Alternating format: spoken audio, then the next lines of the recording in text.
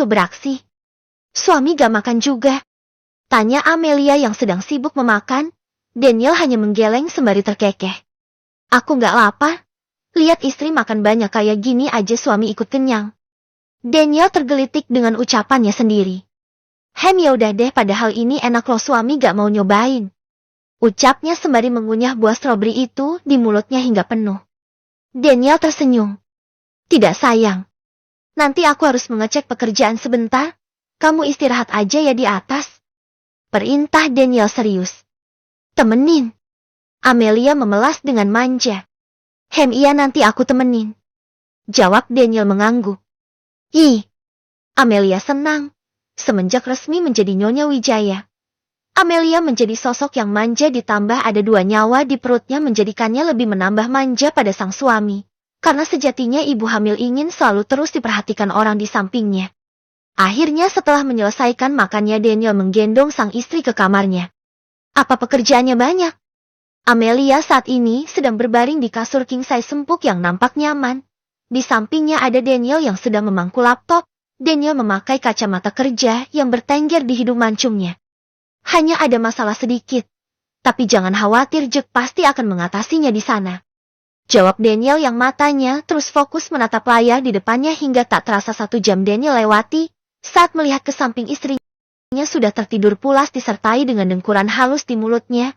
Daniel menutup laptop dan beralih menatap istrinya yang kini sedang tertidur pulas memeluk guling. Daniel melepas kacamata kerjanya.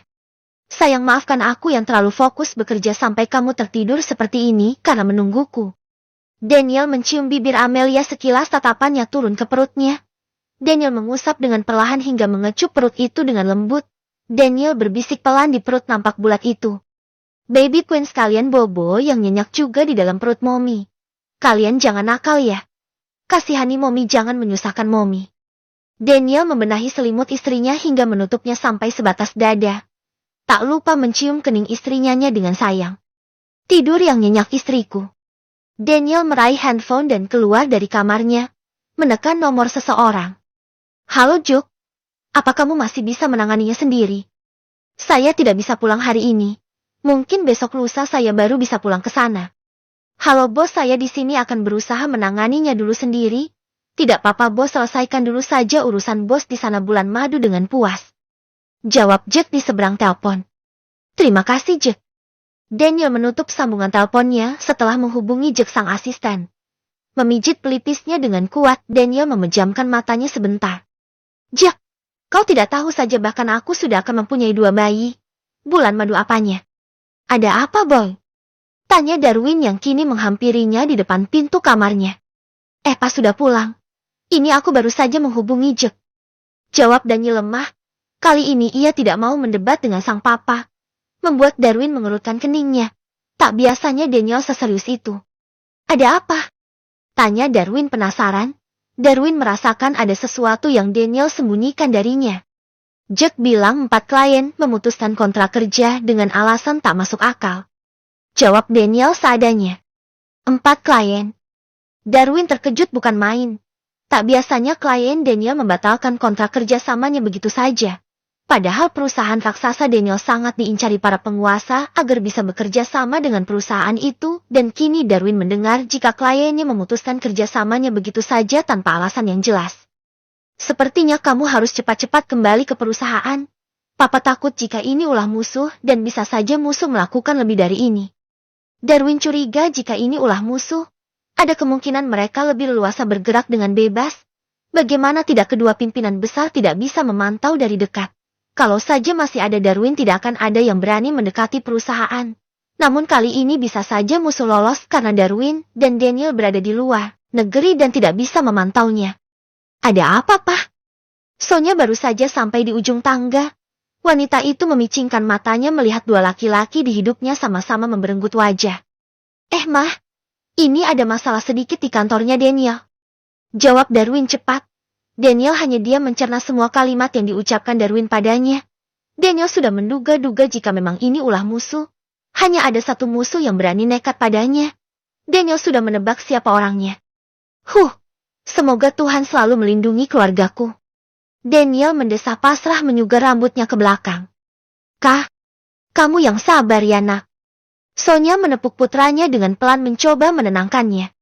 Iya mah. Balas Daniel cepat. Kalian kemana dulu? Bukannya tadi ada di belakang mobilku. Daniel menyipitkan matanya menuntut jawaban kedua orang tua itu di hadapannya. Tadi kami habis dari panti asuhan dulu. Rencana mama sama mertua kamu akan merayakan syukuran atas kehadiran baby Queens di panti. Amelia pasti akan sangat senang jika ia bisa berbagi kebahagiaan bersama anak-anak panti. Jawab Sonya jujur dia sudah mendiskusikan ini dengan keluarganya juga. Akan lebih baik jika mengadakan acara syukurannya dengan orang-orang yang lebih membutuhkan. Wah, itu ide bagus. Aku juga setuju dengan rencana itu. Kapan memang rencananya akan diselenggarakan? Tanya Daniel antusias. Ibu panti mengatakan jika besok bisa diselenggarakan pas dengan jadwal anak-anak free sekolah. Lanjut Sonya. Ya sudah, kalau begitu. Jawab Daniel cepat. Laya kemana sayang? Tadi ibunya mencarinya di bawah takutnya Laya belum makan. Tanya Sonya cepat. Ia juga mengkhawatirkan menantu kesayangannya itu.